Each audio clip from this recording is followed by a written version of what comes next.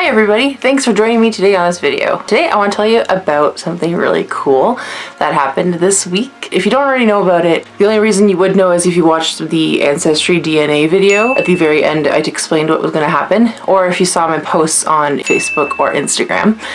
But I have some really cool news that I'm really proud to share with you guys that has been in the works for a few months now, and it's the fact that I was featured in a magazine in the UK, and I think that's really cool because why would I be otherwise other than this channel? So basically, on one of my pictures on Instagram, I had posted just like a regular average run-of-the-mill selfie, but that was on June 25th. I wrote a few hashtags about having to go to the bathroom, or like gotta pee first, OAB, overactive bladder, bladder health, blah blah blah, like a bunch of things in the hashtags. And a lady commented below it. She worked for Southwest News Service. Anyways, long story short, after she stumbled upon my Instagram and looked a little bit further into it, we started talking, and basically, eventually it would be published in a magazine over in the UK, and I was just like, yes, that would be amazing, because one, it's free publicity for me, and two, it gets the word out for people struggling with overactive bladder and adult bedwetting, and three, that's just super cool. She was really, really nice about it, very, very respectful, and wanted to portray it in the most, obviously respectful, but just down-to-earth way, and then that's the way I've been trying to do it this entire time on my channel. So if you're here because you saw my article in Chat Magazine in the UK somewhere, then hi. How are you?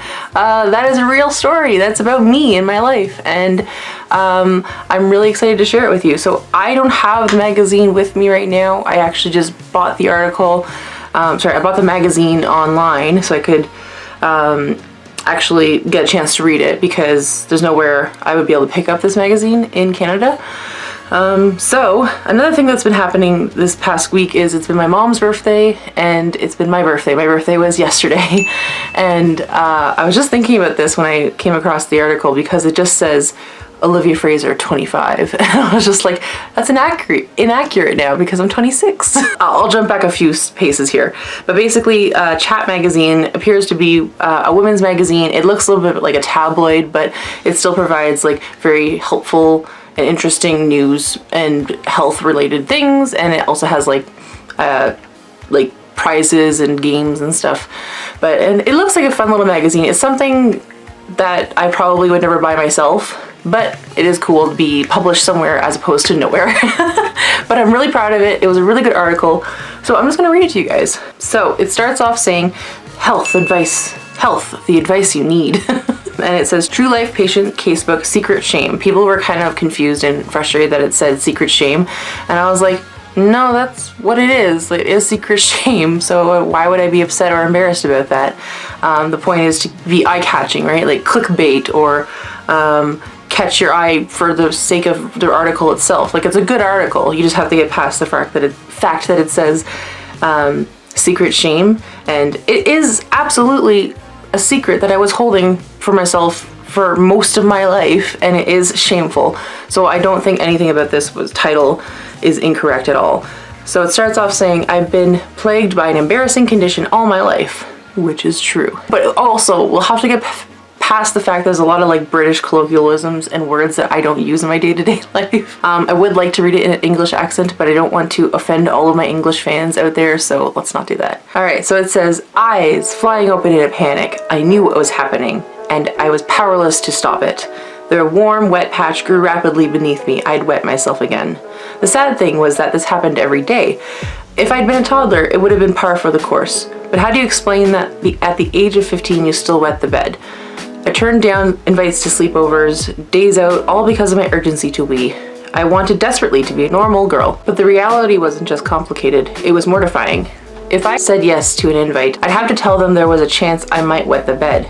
It was easier to stay at home and hide away. I begged the doctors for answers, but each time I was told the same thing. You'll grow out of it, my GP would say. What if I don't though? I panicked to Mum, Jody, 50. I tried different medications in case it was a lingering infection, but one by one they failed.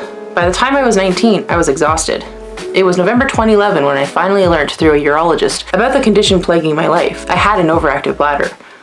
My unstoppable need to urinate was caused by the involuntary contraction of the bladder's muscle wall. The condition is difficult to study, so treatment varies. What worked for one person might not work for another. As predicted, while some worked wonders for others, they did nothing for me. What's next, then? I quizzed the urologist. You could try nerve stimulation or injections, he said. I opted for a course of both. A specialist injected Botox straight into my bladder under anesthetic to paralyze it. I was hoping for some improvement, but sadly there was no change. If I wanted to see results, then I'd need the injections for the rest of my life. Next, I opted for a bladder implant that numbed the nerves in that area, easing my urge to wee. I was put on a waiting list. By now, I was 24. My job in a bank was on the line as I constantly went back and forth from the toilet. One day I confided in a friend who did everything she could to help and understand, which, this is Ashley, by the way. She said, "Have you tried adult nappies?" She asked gently. "Never considered it," I admitted. What have I got to lose? I stocked up on wearing a nappy every night and an extra large pad in the day. It was uncomfortable, and there were days where I'd soak through them. But I felt better knowing I had extra protection. And, after 2 months of waiting, I was booked in for surgery November 2016. I prayed it would work, and afterwards, things seemed to improve. Accidents still happen, but things were on the up. Now it's about managing my condition, and I want to encourage other people out there living with OAB to step into the light. I did when I started my YouTube channel, and it's helped me come to terms with it. Living with OAB is embarrassing and frustrating, but it's happening to millions every day. If we all face it head on, then we don't have anything to feel bad about. We're just living our lives, same as anyone else. And then it says, follow Olivia's OAB journey at youtube.com/Olivia Robin. And then the pictures explain, I think I sent over, I don't know, like 5 or 10 pictures that they could use. So the first one you see, the one with all the stickers and stuff on my head and my face, that was me doing my first sleep study in, it says doing a sleep study in hospital. So that was me doing my first sleep study, I believe December 2014. So I was told that, my mom says it looks like I'm just flipping someone off in the picture because you can't really see the clamp on my other finger, which I thought was funny. But I'm also wearing my Eminem and Rihanna t-shirt. I love that t-shirt. I still wear it. I was at the Ottawa hospital. I was scheduled to go in for a sleep study for the whole night, and it was pretty bad. Like, I just did not sleep well. But this sleep study actually resulted in a weird way. I did not wet the bed that night, which is kind of really irritating because I actually woke up and had to go to the bathroom. But this time I wasn't wearing nappies or pads or whatever, or diapers. I just went and wore just like my pants and underwear. Like, I wasn't prepared to wet the bed because at the time, like I said, I wasn't doing anything to protect myself from wetting the bed. So I kind of felt self-conscious in the fact that if I wet the hospital bed, that would be weird. So I don't think I didn't sleep very well, so I didn't wet the bed. But what they noticed was, I guess I had higher activities in my brain of brain seizures when I'm sleeping. For a while, my doctors were sort of telling me that there was a chance that I would have had brain seizures, that I should take anti-seizure medication, which I ended up doing. And I found that I was actually going on a trip to Halifax with my best friend. We were doing a road trip, and this was in July. And when I was starting to take this medication, it gave me like a big rash on my shoulder because I was wearing a dress and a seatbelt across my shoulder, and I just remember it just covering up almost my entire like left shoulder and my chest. And it wasn't itchy, it was just gross looking. Like, it was just bubbly, like it just looked like a red rash. And so I attributed to the fact that I had been starting to do medication. So I basically immediately stopped that. We never really went back to seizure medication at all.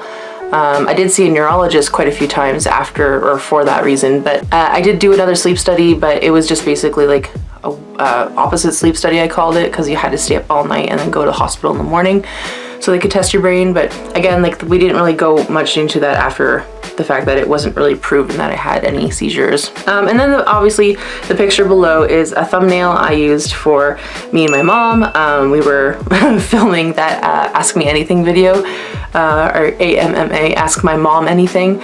And I think that's a cute picture of us. And then the other picture is just me holding my InterStim programming device. But yeah, I really think it's a good article. It's a little weird, I guess, or shocking, if you will, from the outside, which is what it's supposed to do. I'm really proud of it because like I've never done anything this wide before. YouTube is a huge platform, but having myself published in a physical magazine is just super, super, super cool. And I'm really glad that people are recognizing my channel as being like very educational and worth having people look at and watch and learn from. And anyone can learn from it, right? So it's not just for people who are suffering from overactive bladder or bedwetting as an adult or even a teenager.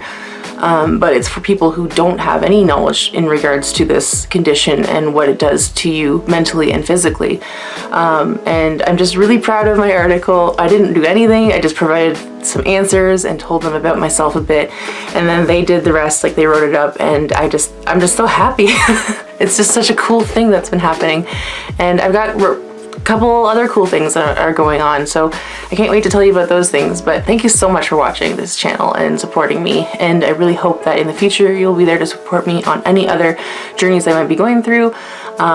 And if you want to follow me on my social medias, I really just mainly use Instagram, but I also use the Facebook page that I use for this channel. Anything will just be under Olivia Robin Vlogs, or Instagram is Olivia Robin Rose. So anyways, long-winded story.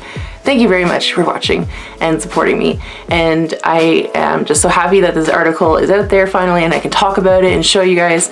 And yeah, I'll see you next time. Bye.